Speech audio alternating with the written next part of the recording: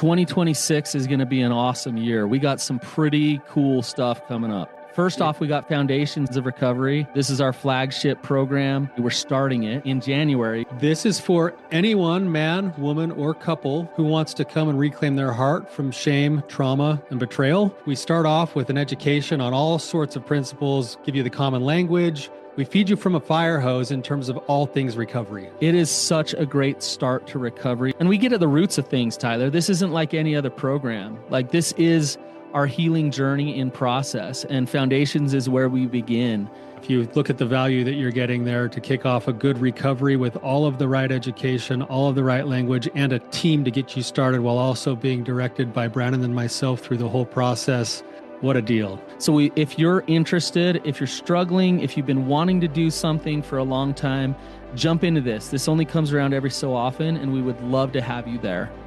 Click the link in the description to sign up for it. And to make it even sweeter, we're also including a raffle for a free pass to the Radiant Dawn retreat. Anyone who signs up for Foundations will be added to the raffle for that free Radiant Dawn pass. If you're a man and you sign up for Foundations, your name still gets entered, and you can give that pass away if you win it to any woman that you want to. So what you're saying, Tyler, is if you sign up and participate in Foundations, you could possibly go to Radiant Dawn for free? That's exactly what I'm saying, which is crazy because Foundations by itself is already an insane value. Man, I sound so salesy. But it actually is awesome. So come to Foundations. And even if you don't come to Foundations, sign up for Radiant Dawn. It's beyond therapy, the best healing experiences that you can have. Click the link below and come join us. We've had a disconnection in our relationship for a long time. What do we do? Welcome to the Therapy Brothers podcast. I'm Brannon. I'm Tyler. We're brothers. We're therapists. And we know recovery. Bring your stories, your questions, your successes with real recovery.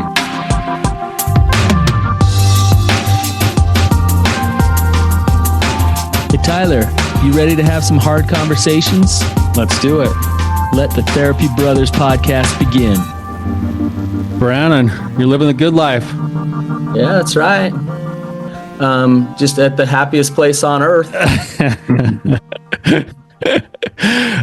That's great, man. I'm glad that you still kind of follow through with those old traditions.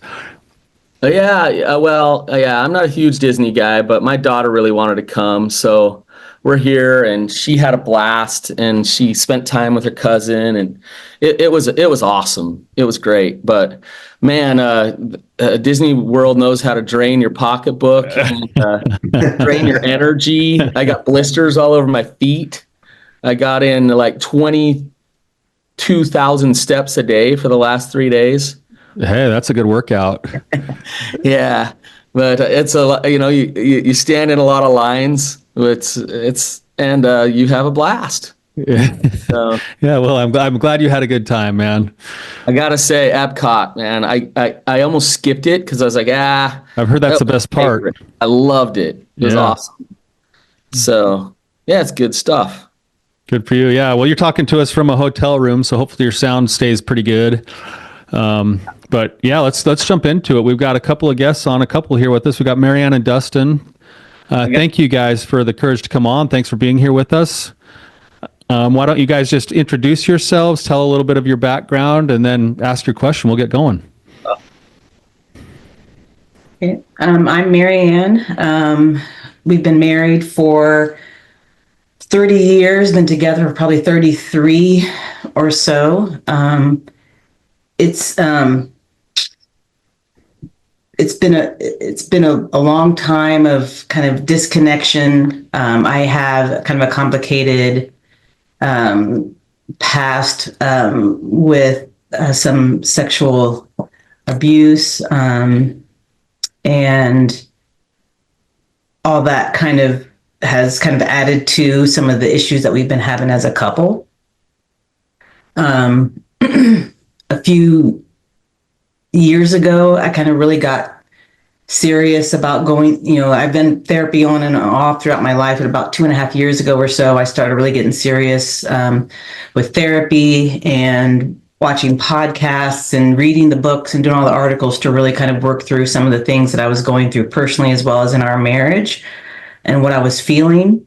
And that's when I first kind of heard the whole term betrayal trauma, and it hit me like a ton of bricks. And this first time I ever really felt like it fit what had been experiencing in our marriage. I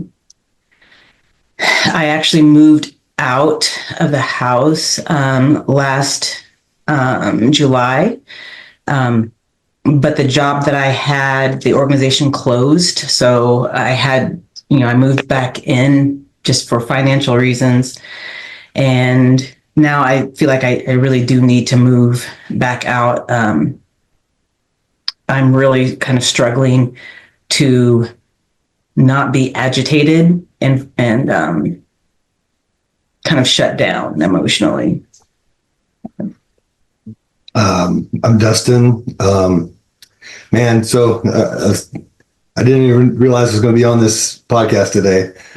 Mary and I were talking, and then she invited me. So, it's been a disconnect like that, and it's been a disconnect emotionally, and kind of just swallow it and just hold it in, kind of a deal. That's how we've kind of functioned, I think, in the last maybe 15 years. We kind of poured all ourselves into our children. We're empty nesters now, and I think that things that are in my life that I have done and stuff are coming to roost, and I'm having to deal with them.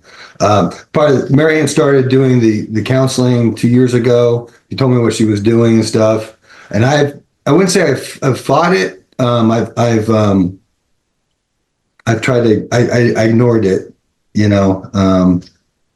I tell myself I'm gonna do the counseling, and then something comes up and I make an excuse for it. I have a men's Bible study that we meet, and I have talked to them and kind of shared some deep things with them regarding our relationship and stuff, and I have some accountability there.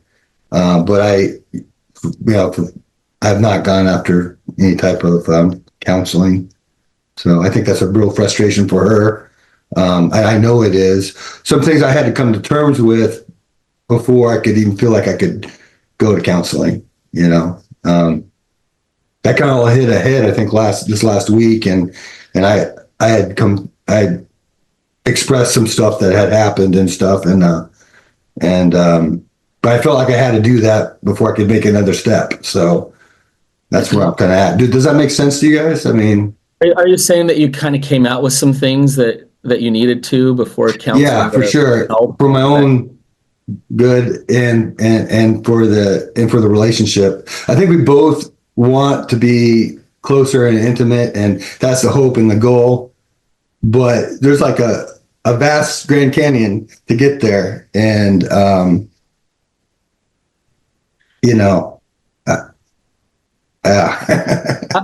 How many kids do you guys have?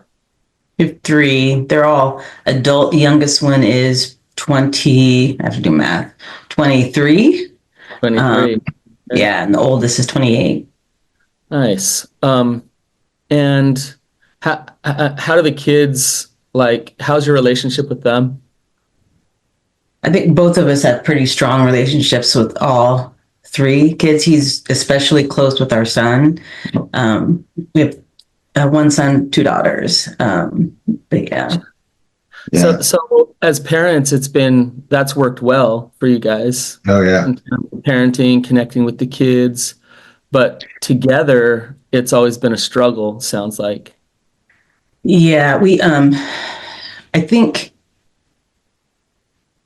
I feel like we were young and dumb when we got married. There was a lot that was going on, and it was a lot that kind of wasn't working. But I think I really felt that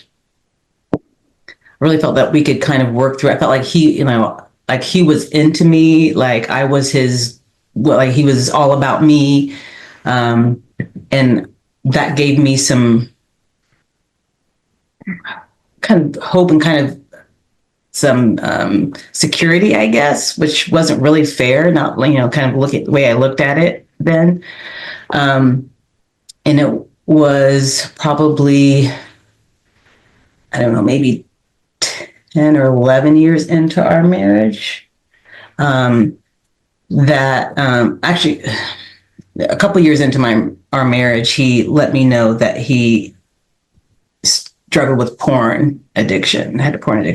And at that point, he started the Wild at Heart study with some people at church. And even though it really kind of devastated me, because I know that was something like in my family history that really caused issues, I was like, well, he's handling it.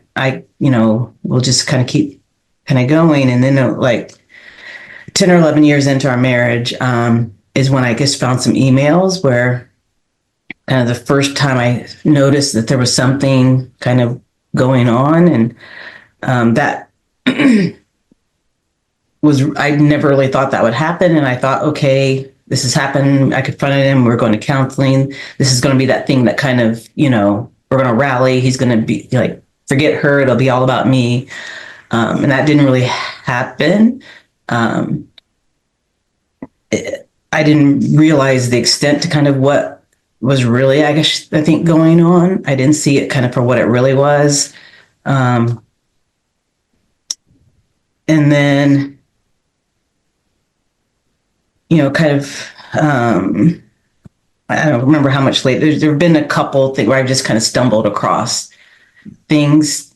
And then there was an incident, like after, I think it's been about 15 years ago, there was a person that I worked with that was showing me kind of attention, and I fell for it, the temptation, and flirted back. And I did not, it seems silly to say, I did not think that he was interested in anything else, but he was. And when it turned out to be really bad, because when I tried to get out of the situation, he was not really allowing me to kind of say no and to leave. And when that just, it was several years later before I told Dustin about that, and it did not go well at all. And then there have been, so that's been kind of another point that's kind of coming into play now. How did that relationship end, Marianne? The administration at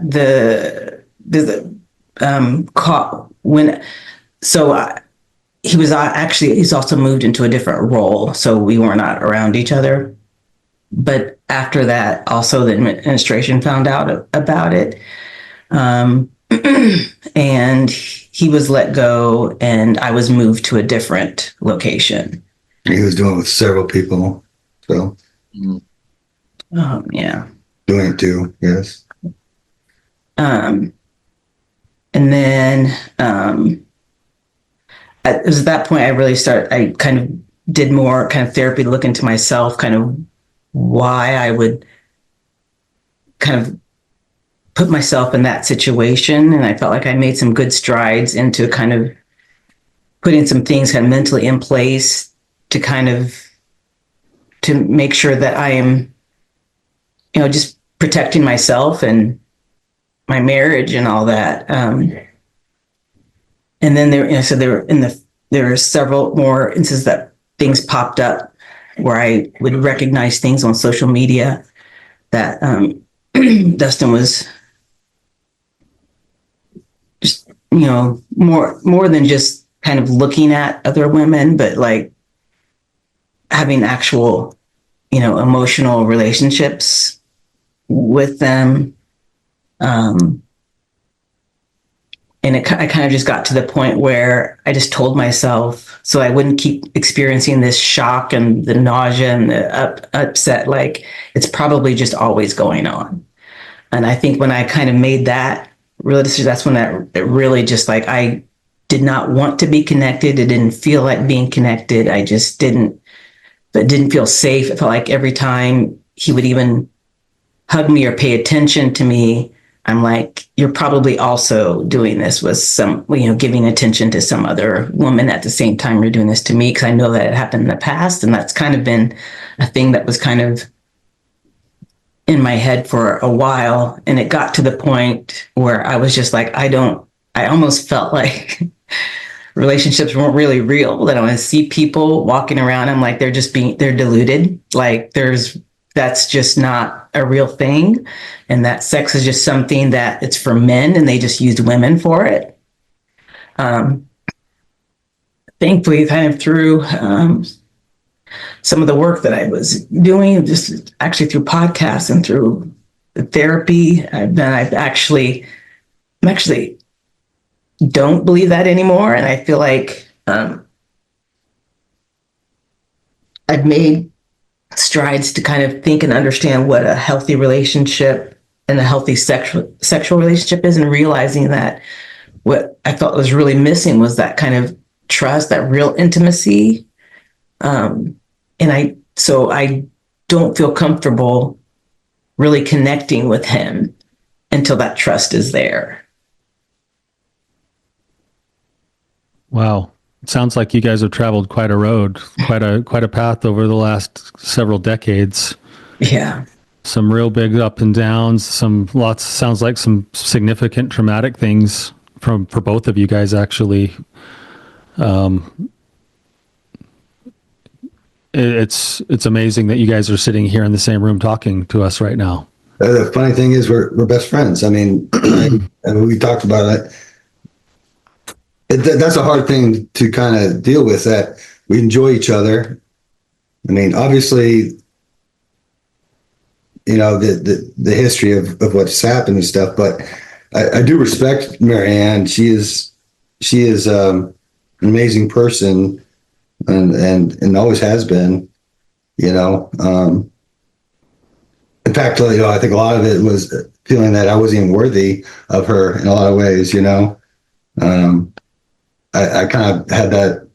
I don't know, Marianne, we were talking about that today, and it's kind of a cop out, though. You were saying, that I don't know. Maybe I held too much of a, and I almost treated her like she was a parent, almost. You know what I mean? Almost. Yeah, I don't know. I'm getting off the subject, I guess, but anyway. Well, Eldridge talks about that, right? About consuming a woman and using her for your needs. In your Wild at Heart book. Versus loving her. Right.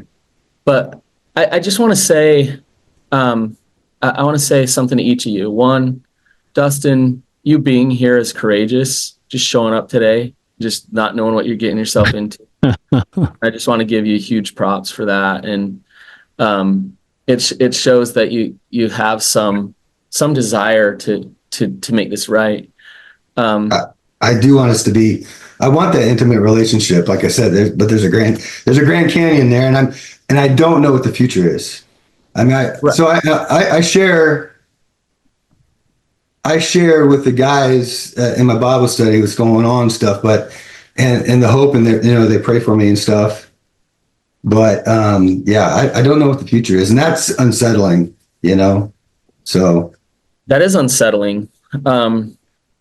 But the future, you can definitely shape the future according to the work that you do today, and things can shift and change. That I wanted to say to you, Marianne, it seems like you've humbly done a lot of work on yourself, and that you've gained a lot of consciousness and awareness of why you are the way you are and what you're dealing with and where you're at. From my vantage point, it seems like, Dustin, you want that intimate relationship.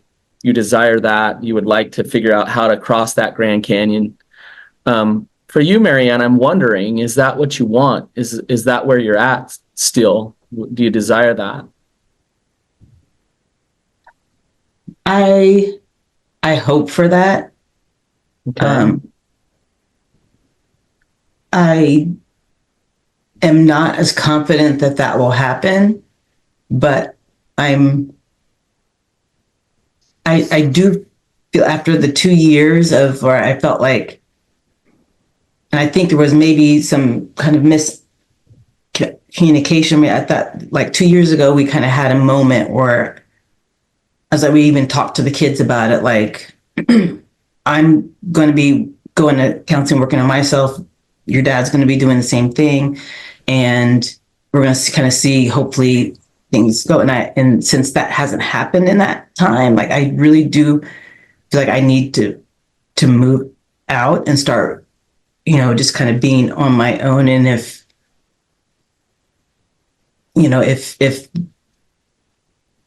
things start happening where trust is being rebuilt, I'm all about it.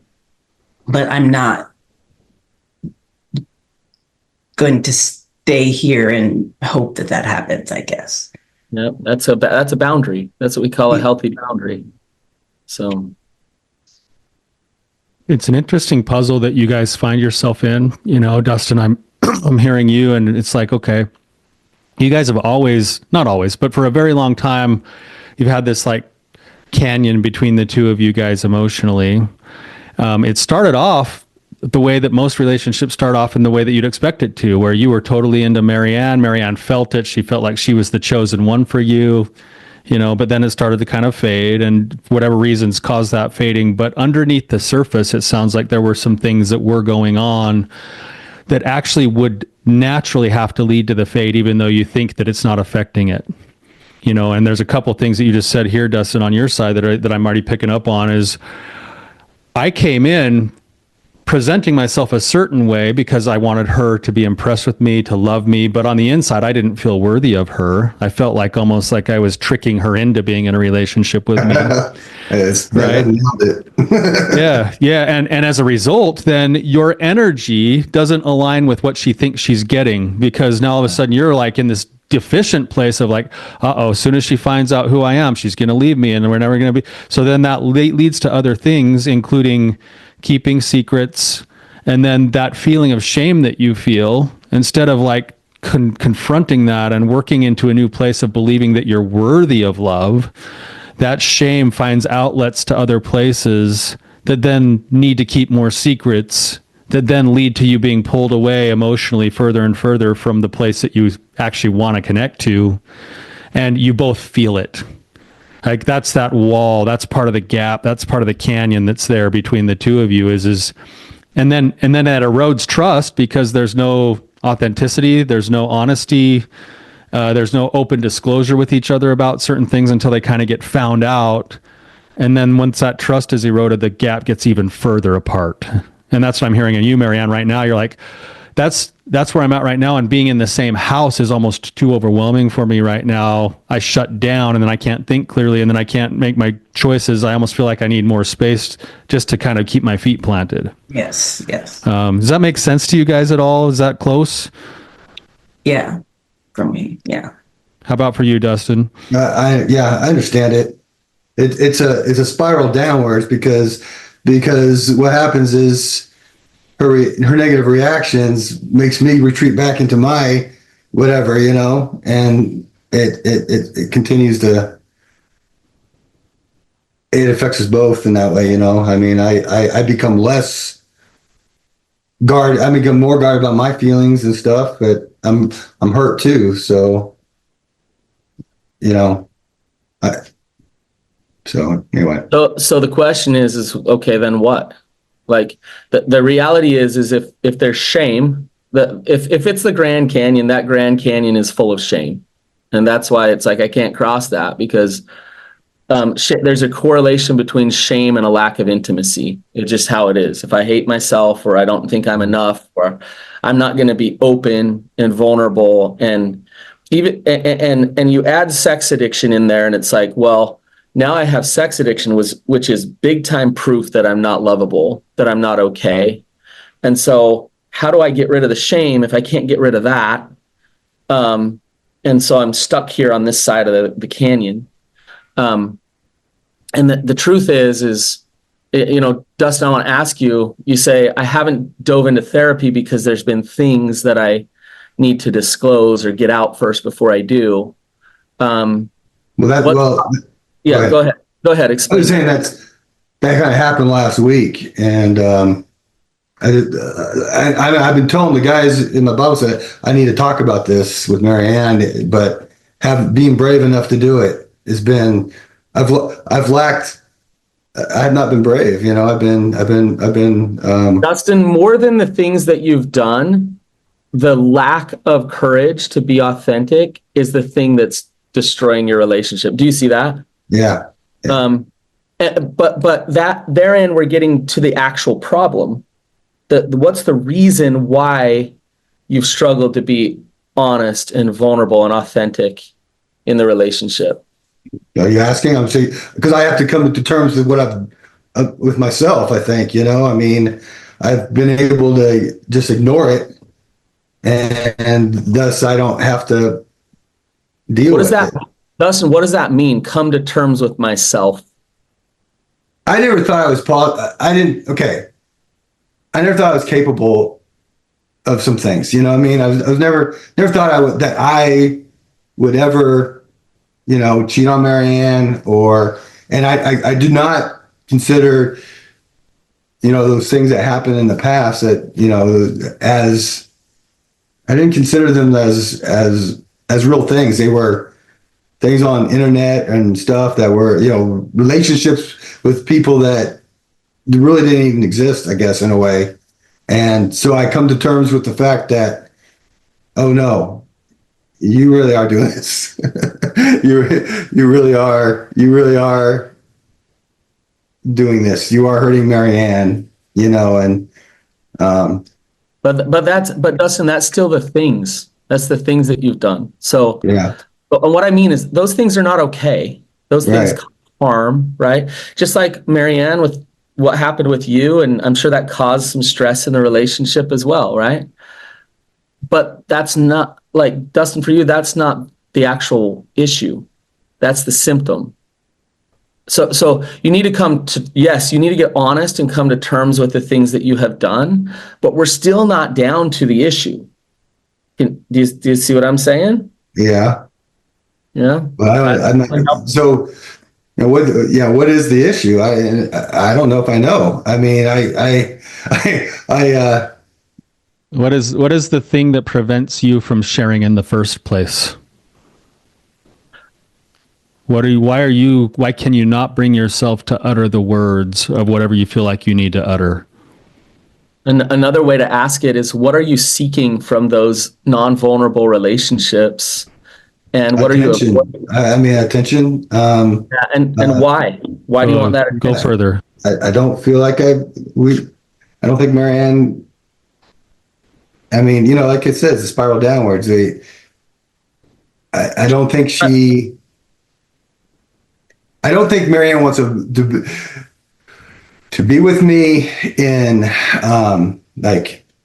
and just as a normal relationship. We're never been a normal relationship. We've never been affectionate. I mean, I'm a very affectionate person. Marianne's never been an affectionate person, and I don't know if I'm getting off the subject or not, but what I'm saying is the lack of attention or concern has always kind of been there, in my opinion. You know what I mean?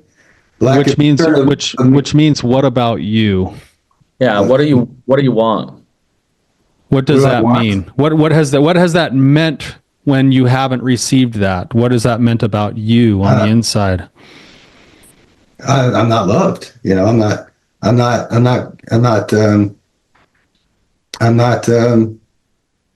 She has no concern about me. No.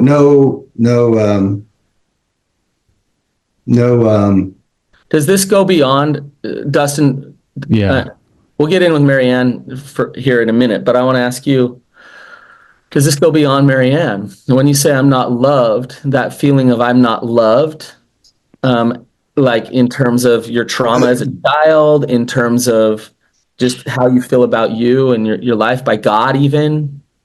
No, I feel loved by God. I ultimately, I think that this tool is what God is using to get me to start submitting to Him. I definitely don't feel like I submit to God. So God is fighting for you. What's that? God is fighting for you. You can see God that. is? Oh yeah. Yeah. I mean, God God wants to restore my relationship with him. And ultimately, that is the most important thing. You know, my relationship with God, even more so with Marianne. But this is the tool that he's using to get my attention. And it sucks. Yeah. I mean, yeah. If you put two good people together and two good people that believed that they were not lovable as they were, would that describe your relationship? Yeah. No. So what happens is then the relationship is like, well, the relationship's the issue. We can't get, but it's two good people who don't ultimately know that they're unconditionally loved. There's been trauma. There's been addiction. There's been these things that keep reinforcing that I'm broken so much that I can't fully be vulnerable and authentic here. And so arm's length, I'll use the addiction to keep an arm's length. I'll use shutting down. I'll use manipulation in terms of lack of honesty and omission, and all those little tiny things are the things that are just creating this gap. But the issue is actually not the relationship. Dustin is not Marianne's issue. Marianne is not Dustin's issue. You just happen to be the mirror images of your own issues. Right? Think about this. Like, let's put it together just with what little bit you've shared with us already. Marianne, you've said, I already had you, and you got very emotional when you shared this. I have a backstory where I was hurt sexually growing up. That contributed to a belief system that sex is only for men. Basically, I'm an object, and there's not this deeper level of intimacy. I didn't even know what that means sexually. And now I'm married to a man who has learned to cope with his lack of feeling good enough through non-vulnerable sexual acts, whether that's pornography or connecting with other women or whatever else. What belief does that reinforce? The very belief you're trying to climb out of, and vice versa. She starts pulling away and like shutting down and like I'm not gonna, and what does that hit? She's in self-protection mode, but Dustin, to you, that feels like proof. Here it is again. I'm unlovable. Like I'm never going to measure up. I'll never be good enough. And now, to boot, my shame has driven me to a place where I can't look myself in the mirror and like what I see, because all I see is a guy who did things that I never thought I was capable of doing. So then I'm going to go chase it back down again maybe in my relationship or maybe in some other way where I don't have to be vulnerable, but it's only going to double me down on the shame that I feel. And then we both come to therapy and it's like, man, our marriage isn't working. Like, teach us a couple communication skills and we'll be good to go and go on our way. And it's like, no, like we can teach you some communication skills, which then means you'll be able to weaponize those things against each other even better. Unless the deeper work is taking place. And here's the trap that I think, Dustin, you've been in. You get, and this is classic. I'm so grateful you're here, because you being here is going to be a gift to a lot of other men who are listening right now. I'll go to therapy when. I'll tell my wife when. I'll go as soon as I clean up my side of the street, then I'll go do the work. As soon as I'm no longer have this problem, I don't have any more secrets, then I'll go tell her everything that I need to tell her. But that's the trap, because the whole reason you're not telling her is because the shame is holding you from telling her. So you're never going to do the work until you jump off the cliff, so to speak, and say, there's a quote on my wall back here that says, a man without decision of character can never be said to belong to himself. He belongs to whatever can make captive of him. And right now you're being made captive of all sorts of things because you haven't looked yourself in the mirror and said, I don't have a porn problem. I have a shame problem.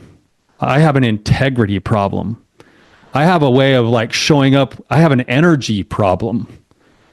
And that's why I need to go dive in and do my work, because the fruit of the plant is the acting out. The roots of the plant are the shame and the belief systems about not being lovable. Does that make sense? Yeah. Yeah. The fear is that if I go do the work, what will I find out? I might find out that all my shame is true, and versus, I might lose my marriage. Yeah. That, yeah. I'm losing it anyway. So, I mean, Dustin, if you do what you've always done, you're going to get what you've always gotten. And Yeah. for both of you to just like, you know what? Let's just go for it. Like all this facade that we're holding up and all this stuff, like we might as well go out with a bang and see if it'll actually work. Right? Do you see what I'm saying? And so I'm going to be a little blunt with you, Dustin, and I'm doing this out of fighting for you. I promise. There's a difference between you and Marianne. You both have your shame. You both have your trauma. You both have your stuff. But what I'm hearing is that she's repeatedly gone back and tried to do therapy. She's repeatedly gone back and tried to work on it.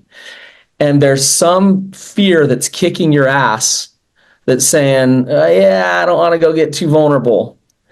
And I hate to tell you this, but there is no easy way to fix this. You want to fix this, you got to go through the pain. You got to go through the discomfort. You got to face the beast in the eye. Like you have to do, you're trying to do it every other way. Like, well, I'll wait until this, or, I'll go to this men's group, but I won't like go all in and get totally vulnerable there. Like you go all in, you deal with the beast. Now, Marianne, have you done that? I don't know. I hope so. You've had a lot of trauma in your life, right? Seems like you've learned a lot. There's probably work to do still there. There's probably demons to face still, right? But for both of you to be willing to do that is the only way that you then start showing up as trustworthy people that will really desire intimacy.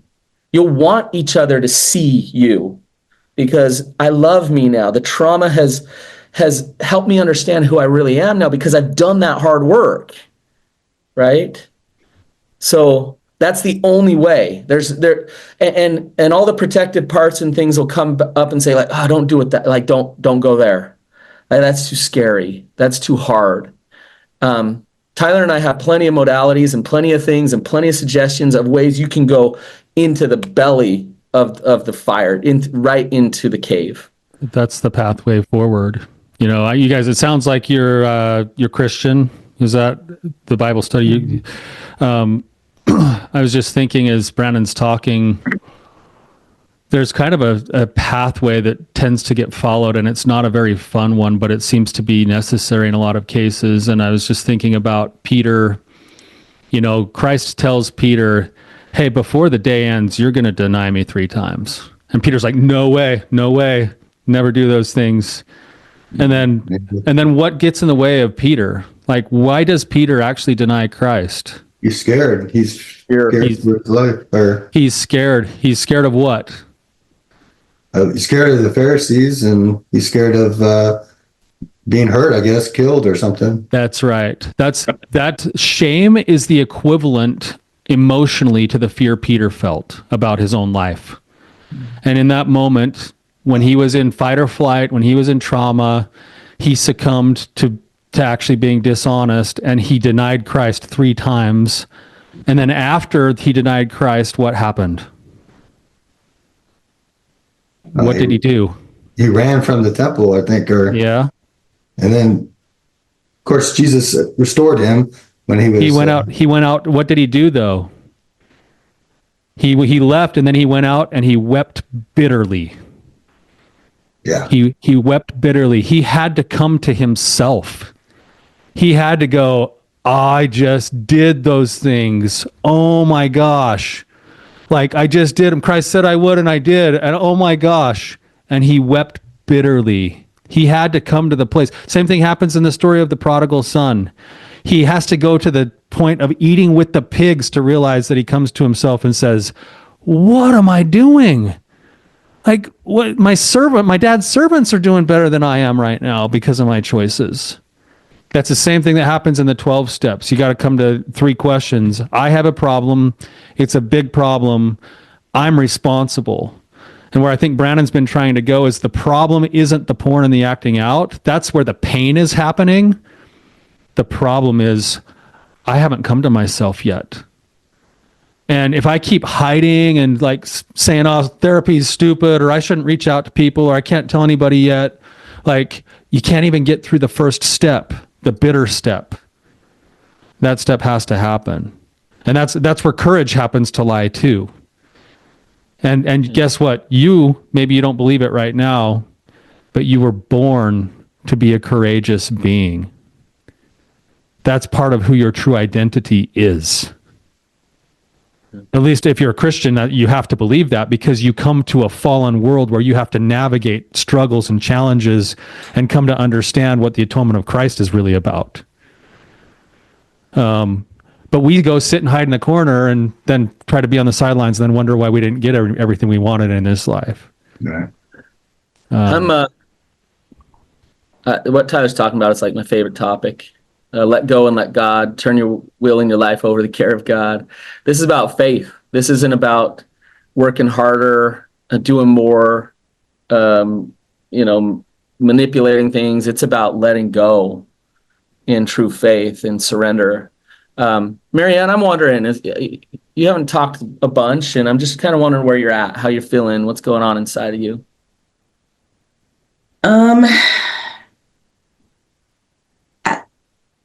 I guess I still feel very guarded. There's a part of me that's really, so having listened to basically your podcast from beginning to end, I'm very thankful for Dustin to hear these things from you guys. One of the things I appreciate very much is that,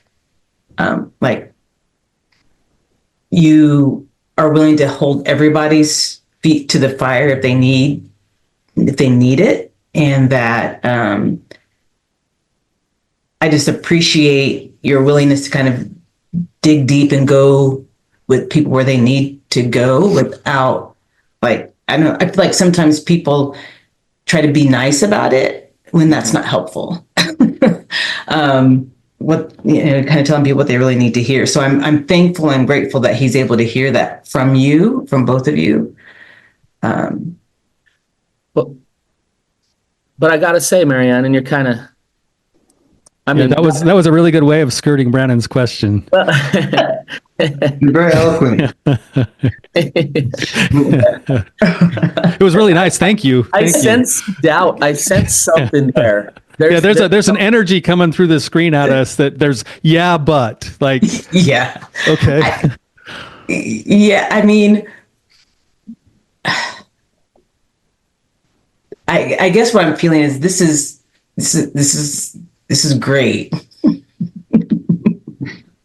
can say but I still feel like I need to go. I still feel like I need to go. I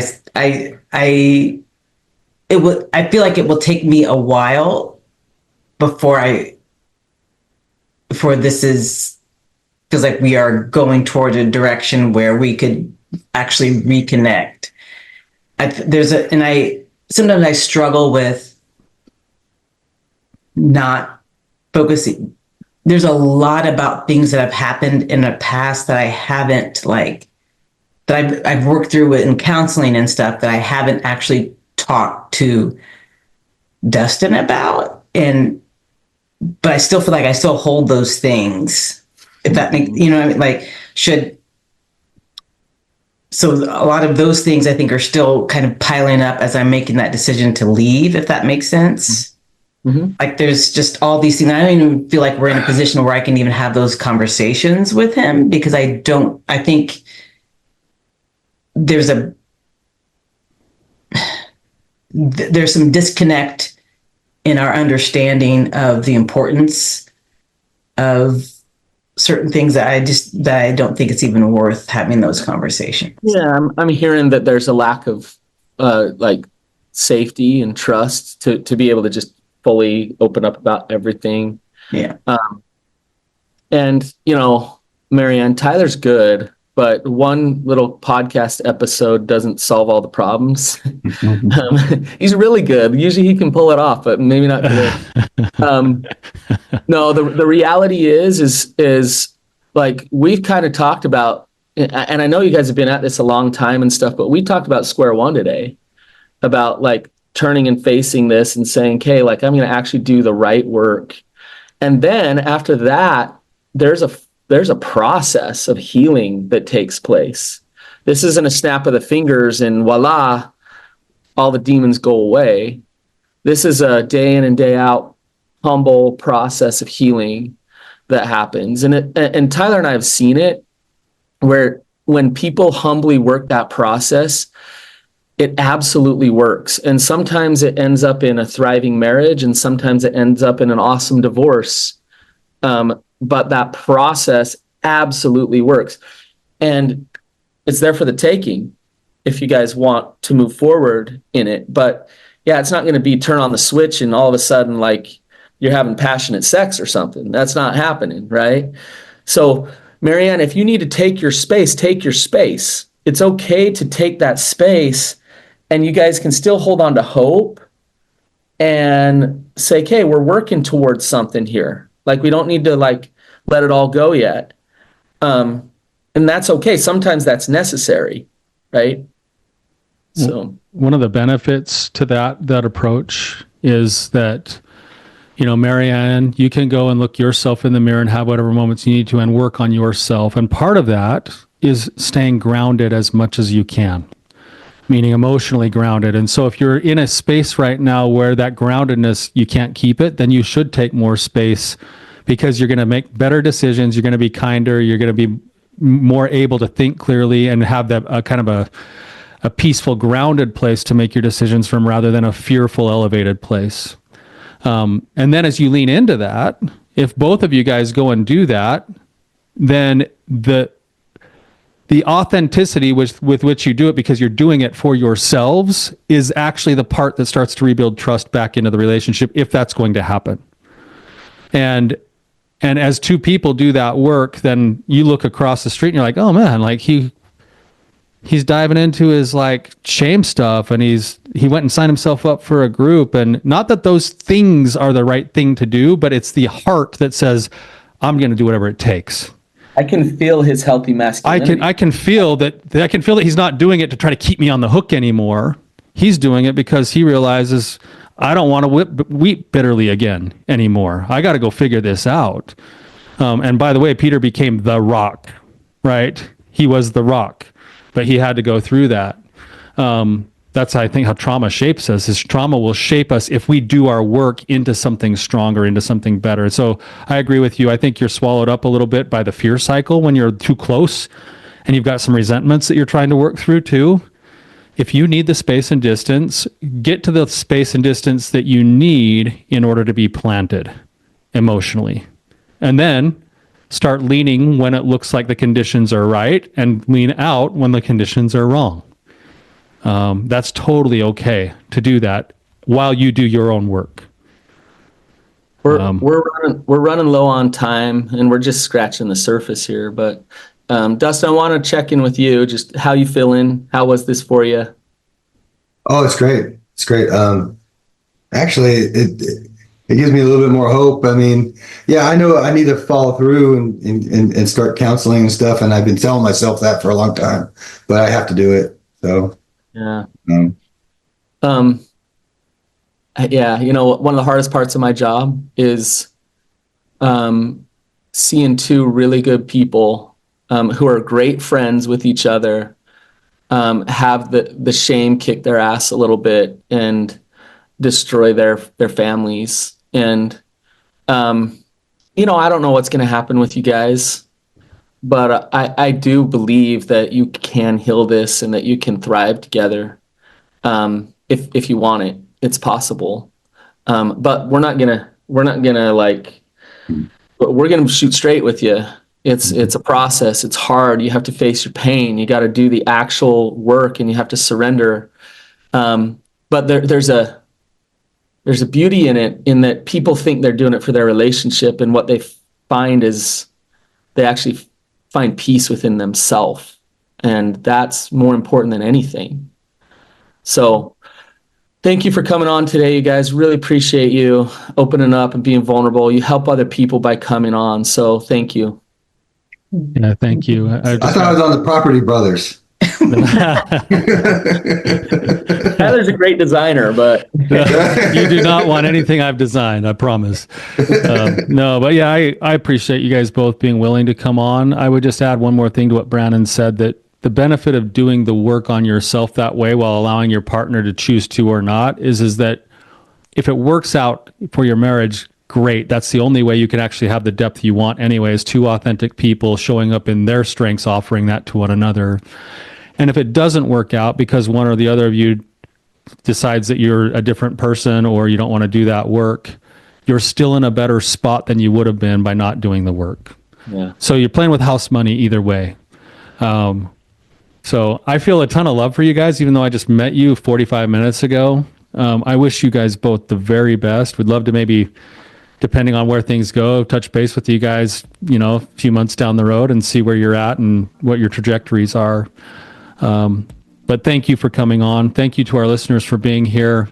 We appreciate you being here. If this is impactful, please share it with other people. And until next time, keep on keeping on.